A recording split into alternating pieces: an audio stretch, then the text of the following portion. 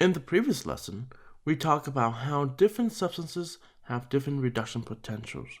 And if we are given two different substances, we can look at their reduction potential and we can say that the lower reduction potential will undergo oxidation, where the higher reduction potential will undergo reduction when that specific redox reaction happens spontaneously. In this lesson, we are going to look at a redox reaction, and we are going to look specifically at a piece of metals, an unknown piece of metal, and we put in a solution of a specific metal ions. So both substances have their own unique reduction potential. And we can look at the result of the chemical reaction to compare the reduction potential of the substance. So how does that work? First of all, we need to realize that in order for a redox reaction to occur, the reduction potentials of the ions in the solution, so we're looking at the ions in the solution, must be greater than the reduction potentials of the ions that produce from that solid metal. So let's review the term reduction potentials. First of all, we have reduction potential here. Then we quantify with the word higher. So higher reduction potentials mean greater.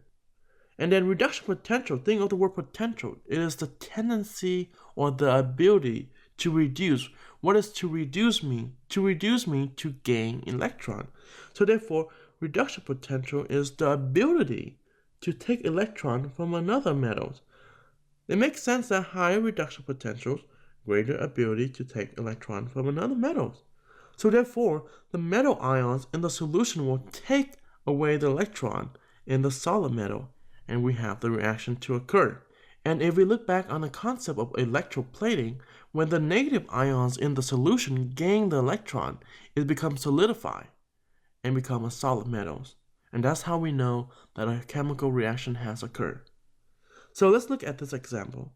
We have a strip of metal A is placed in a solution containing metal B2+, and it has no reaction. And one possible conclusion that we can say that, so we have A metals and B2+ ions. We have no. What does that tell you about the values of their reduction potential? Let's go back to this statement. In order for the reaction to occur, the reduction potentials of the ions in the solution must be greater than the metal. Since there is no reaction, we know that B must be lower than A. Because if B is higher than A, we will see the reaction. Let's continue. When a metal A is placed in another solution containing metal C2+, metal C starts to deposit on the strip of metal A. That means metal C has gained the electron or being reduced and forming a solid metal C or solidify into metal. So we have metal A and metal C2+. We have yes reaction. What does that tell you? In order for the reaction to occur, the reduction potential of the ions in solution must be greater. Therefore, C must be greater than or higher in reduction potential compared to A. Now, the task for this problem is rank the reduction potential from metals A, B, C from greatest to least. So we start with the greatest one. Since there are no reaction between A and B, we know that B is lower than A. And we look at A and C, C is greater than A because there is a reaction. So again, we are looking at the reduction potential of the ions in the solution. So we have C being the greatest, and C is greater than A. So we have A. Lastly, we have B is being lower than A. Therefore, we have B being the least. And this is our answer, CAB. C is being the greatest, where B is being the least in terms of reduction potential. Let's look at another problem. A strip of metal A is placed in a solution containing metal B2+. Metal B starts to form on the strip of metal A. That means the metal B ions in the solution has gained electron and solidified. So we have metal A and the metal ions B in the solution, and we observe there is a reaction. So therefore B must be higher than A.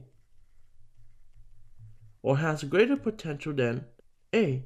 That is because for a reaction to occur, the reduction of potential of the ions in the solution must be greater than the reduction potential of the ions that are produced by that specific metal solid. So therefore, in this case, B must be greater than A. And if we continue, when metal A is placed in another solution containing metal C2+, we observe no reaction. And the task again, rank the reduction potential from metals A, B, C from greatest to least.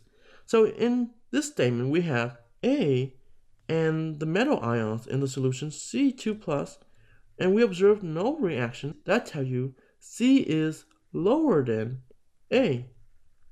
And if we rank them in terms of greatest to least reduction potential, we know B would be the highest, followed by A, and lastly C. And that is our answer. Because B is higher than A, but C is lower than A. As you can see here, B higher than A, C lower than A.